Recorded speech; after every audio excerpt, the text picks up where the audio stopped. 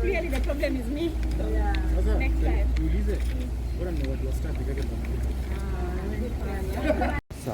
Ama SMS just say. What's up, Rebecca?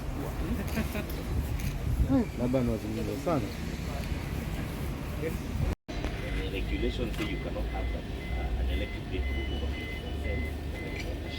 How you know this bill? All the interiors and everything. No, wewe hata tunaweza piga shot. Kama final finishes and now it's ready. Rembo uonekani umejificha. Sio nyingi. You must plan. So for right now, jipange ama ukupange. Tumeingia kwa basi. Nani? Wewe acha.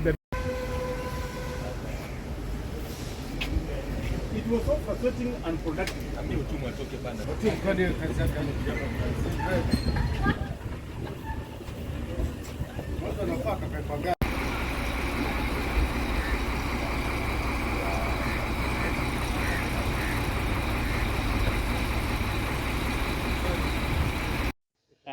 My name is Matt Lloyd. I'm the Managing Director of AVA. And it's with great pleasure that we've been able to work with Basigo on this fully electric bus. The bus itself is manufactured by BYD in China, and they are by far the biggest electric bus makers in the world. So it represents a big step forward for the country and AVA itself, that we were able to partner with Basigo and move into this new area of electrification and electric vehicles. So we're very much looking forward to the next step, which is bringing in CKD kits for this bus and for other models, where we can do what we do best, which is assemble vehicles from scratch. This bus itself involves around about 120 people in terms of the total build. So certainly it's going to help employment in the country and certainly help us to grow the industry that we're planning to do as part of AVA's strategy. tell us about its specs, the capacity, the energy, and the So maybe I can ask you to step in on the technical. I think how are you going? How are you making sure that you are handling the situation in a manner that? I think in terms of the build itself, it's very similar to what we do with a normal ICE bus. So it's still got a frame, it's still got a drivetrain. Obviously, the body itself is very similar. So in terms of the complexity of the vehicle itself, it's not too dissimilar to what we already do. And of course, in terms of the spare parts, that's going to be handled by Basico. So we receive the kits, we receive the parts, we put them together and hand it over to our customer. And maybe how many buses so far do we have? And are we maybe expecting more to come in Kenya? Well, we've been involved in the first 16 buses. Okay, for the first 16 buses that are being built here, and we've supported in terms of that assembly. And we're expecting by the end of the year at least another 100. And I know basically we've got back orders for those buses. So we're looking forward to receiving those in full CKD format so we can start putting them together. So are they going to operate maybe countrywide or you have Again, yeah. What would be your production? So AVA is the largest vehicle assembler in the region. We have a capacity of about 30,000 units, of which we're currently doing around about 8,000. So we certainly have a lot more capacity that we can fill. With the bus line, and especially with the electric bus line, we're looking to set up a brand new assembly format where we can bring these in. But certainly capacity-wise, we don't have an issue. As many as Basico can sell, we can assemble. To start there, my name is Moses Derito. I'm Chief Revenue Officer at Basico. Well, we are here, to mark the end of this partial build.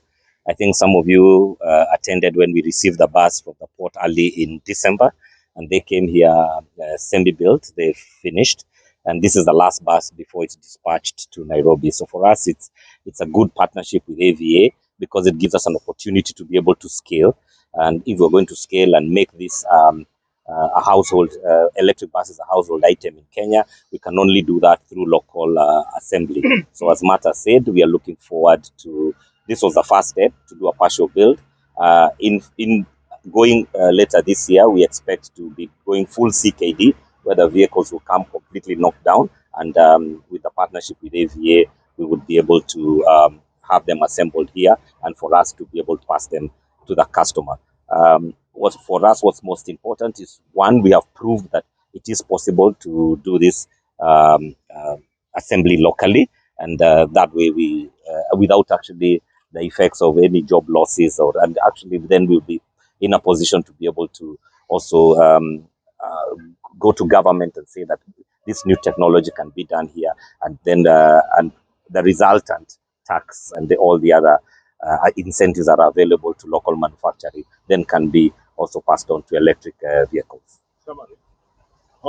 So over the last 1 year, we've been running 2 buses in Nairobi, and that was our pilot test. And for that pilot test was to be able to, one, understand how do electric buses operate within our Kenyan terrain. That has gone very well successfully. It's been very successful. We've been doing around 280 kilometers per day with those buses, and they've had an 98% uptime. So in the last 1 year, I would say 11 months, we've not had any major breakages with those buses. So what then came is another 15 buses, and this is the last one of those 15 that came partially built. And this, as soon as we are finished here, this bus will be loaded and delivered to Nairobi. In Nairobi, there'll be a bit of validation testing, charging, and then we will then start the process of handing them over to customers, and the customers are matatu operators. So by March this year, these buses will go into passenger operations with different circles. Yeah. Maybe how much has it costed you to set up? Yeah. Okay. So in our model, where our model works on what we call pay as you drive. So the operators pay us per kilometer, and in that 20 shillings per kilometer, it includes all routine service and maintenance, all charging, and any other repairs that may come up during that period. So we are in the process of setting up the charging infrastructure. Over the last 1 year to support the 2 pilot buses, we have been charging them at our depot on North Airport Road in Nairobi. We are currently setting up a depot in Kikuyu to just support the Waiyaki Way route. We are creating a charging infrastructure also on the Thika Road in Roiro, and also two other areas in Eastlands. So one of the ways we are putting up our infrastructure is based on where the vehicles are going. So we must follow the routes. Unlike in the developed world where buses come to one depot, here in Kenya, we operate on different routes. So we are creating that infrastructure on the different routes, and that's already happening. In regards to spare parts, we do stock all the spare parts, and that 1 year of product validation, we've been able to see what are the issues. They've been very minimal, but we stock quite a lot of spare parts. Matt can tell you some vehicles that came had broken windscreens, and those have been we actually had those windscreens in stock, and they've been replaced. So we are keeping a good amount of spare parts. Of course, you cannot keep everything, but what's the main parts that go on wear and tear, we are stocking, and also trying to create a local supply chain. So there are things that we can get locally, side mirrors, some of the lights we can get locally in case they get broken, tires, rims, those whatever we can get a local supply chain. We are building those supply chains right now. Yeah. Okay. Yeah. So this bus is the BYD K6. K6 is a 6-meter bus, 25-seater, 24 passenger seats, and 1 driver. It also has a capacity to be able to carry another maybe 10 standing passengers. However, our regulations do not allow standing passengers. Fully charged it's got a 110 kilowatt battery, and fully charged it can do 250 kilometers a day with a single charge. And yes, it has. There are 2 priority seats for people with disabilities.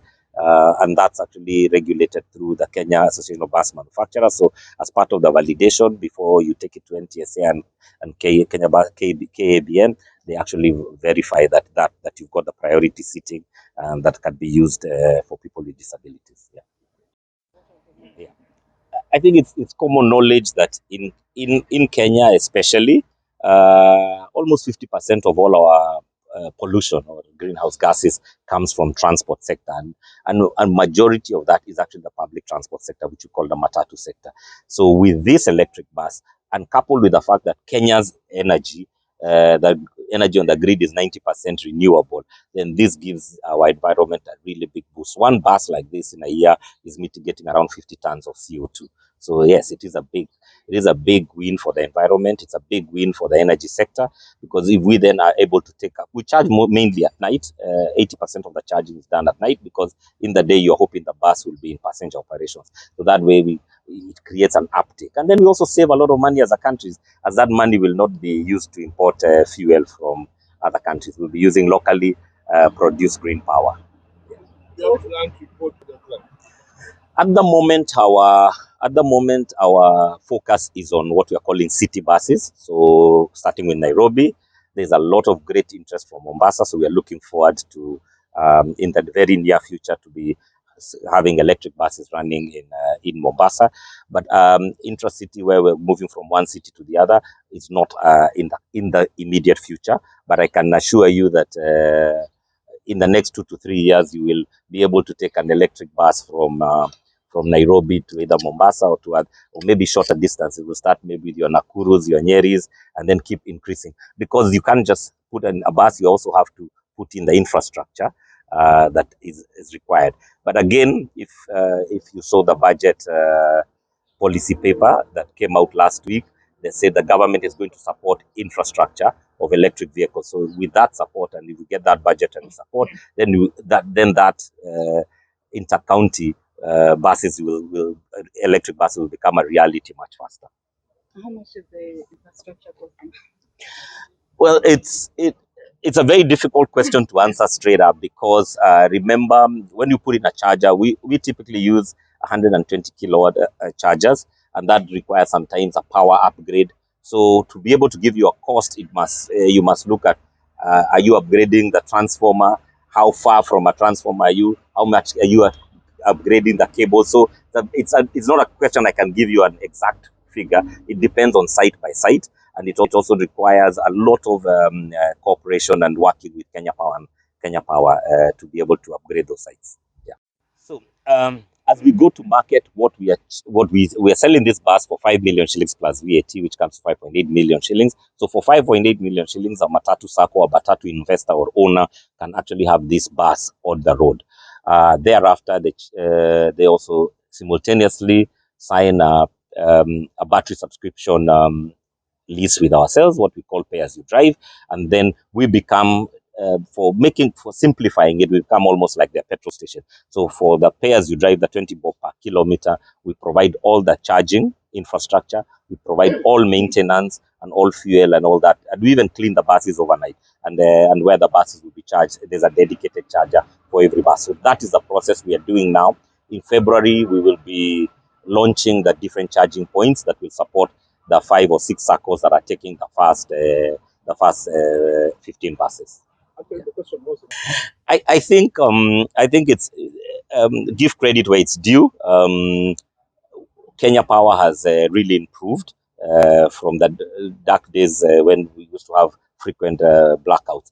In the 11 months or in the 10 months that we've been operating the pilot buses, we've only ever had one power outage that affected transportation, the movement of the buses. And it was only one afternoon where we were not able to fully charge the buses. So the buses ran from 5 a.m. all the way to 3 p.m. and then there was a blackout. But within 2 or 3 hours, the power came back. So far we've never had an issue whereby we've been hampered by lack of power. I think where our challenge is in the cost of setting up the infrastructure, and that is a conversation that is going on at a very high level with Kenya Power, with EPRA, and moving in the right direction. But power reliability has been pretty good. If you're talking about 11 months and only one day, I think that is kudos to Kenya Power.